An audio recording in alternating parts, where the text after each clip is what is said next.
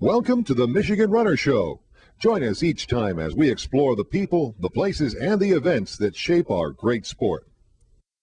Hi, I'm Tom Henderson, longtime columnist for Michigan Runner magazine, and we're here today at the 29th annual Dexter and Arbor Run.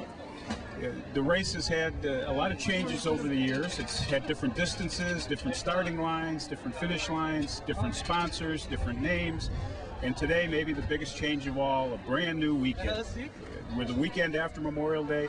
Some controversy in the community, but if the weather gods had a vote, it looks like they approved the change. We've got just an absolutely perfect day, 55 degrees at the start, very little wind, low humidity, and we ought to have a great race today.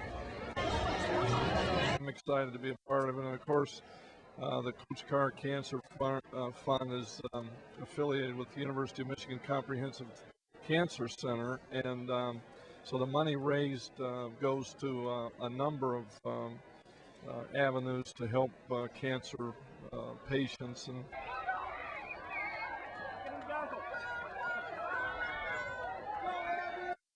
they'll be done. Okay. I mean, unless there's somebody. Can you help me put this stuff away? Oh. Maybe two. Ready?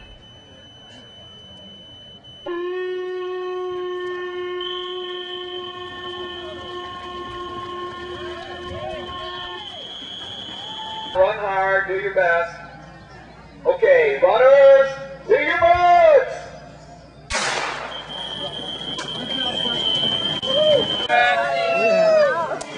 Relays only.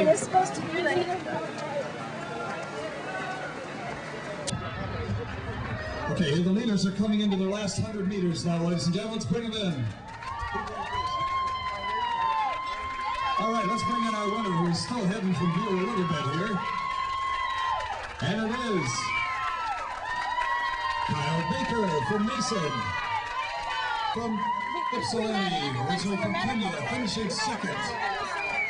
We're here with the winner, Kyle Baker. Might seem a little bit to some people like a man bites dog story. We got an American racing with a Kenyan, and stride for stride, last mile Kyle pulled away and is the winner of the 29th annual Dexter and Arbor Half Marathon. Take us through your race a little bit, Kyle. How did it go for you? I didn't really have a set pace that I wanted to run or anything. I just wanted to go out and try to run even splits and just kind of go with the leaders and just see where that took me. And just kind of wait as long as I could till I figured I could definitely win and then take the lead. So he was surging like the first 5 miles. He'd surge about once every mile. Now I've covered those. And I was thinking about going with at the 10-mile mark, but I was still kind of iffy about how I felt. I mean, I felt okay, but I knew it could be creeping up on me pretty quick. But it never did, so. You said he was throwing in some surges. Were there any of those that you weren't quite sure you were going to cover, or were they pretty easy for you? They were relatively easy. I mean, they were a little straining, but, you know, it was early in the race, and I felt pretty good, so it was okay. And when did you break it open? With exactly the 12-mile mark. I just decided to try to, we were going about 5:20 pace the whole way, and I just decided to try to run about a 4:50 or somewhere in that ballpark. I don't even know what my last mile was, but I figured if I dropped it that much, then hopefully I'd be able to pull away. So now, when you put the hammer down, did he go with you at all, or you just pulled away? I just pulled away. So, well, congratulations. Good luck at Nationals. Thank you. Thanks. We're here today with one of the sort of legendary, I would say at least sort of legendary, maybe even full legendary figures in Michigan road racing, Ann Boyd Steward. Winner today of the 29th annual Dexter Ann Arbor Half Marathon. I'll ask a dumb question. How did your race go today? It went well because the strategy was I'm not in great shape, so I didn't want to run with Laura. I figured she was in better shape. If she didn't know how bad I felt up there, I needed to get away real quick. So I just took it out as hard as I could. I was 6-minute miles until about halfway, and then I was wheezing like crazy, but she didn't know that, so that was good. I think if I'd run with her, she would have realized how bad I was feeling. You know, you can sense when your competitor is feeling bad if they're wheezing teasing if they're doing. So my point was to get out and kind of make her wonder whether I was coming back or not. And what's next for you? I'll do a series of 10K races, which will accumulate in, I believe, the end of September in Detroit, and then Twin Cities. That's the goal. Twin Cities Marathon, which is our national championship, and I gotta qualify for that dang Olympic trials again. And how many Olympic marathon trials will that be for you when you qualify? 4. Good luck. I'm sure you'll do it, and we'll see you down the road. Okay, thanks, Tom. We're here with the runner-up, Laura Murphy. Congratulations. I hope that's the right word. Runner-up is the toughest position sometimes in a race, but why don't you tell us how your run went today? I think it went good, and I felt like I was in the race the whole time I was racing.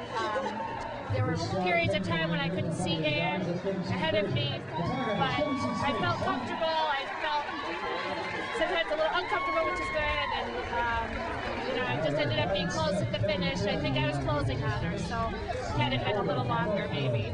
We're here with the winners of the inaugural event this year, the half marathon relay.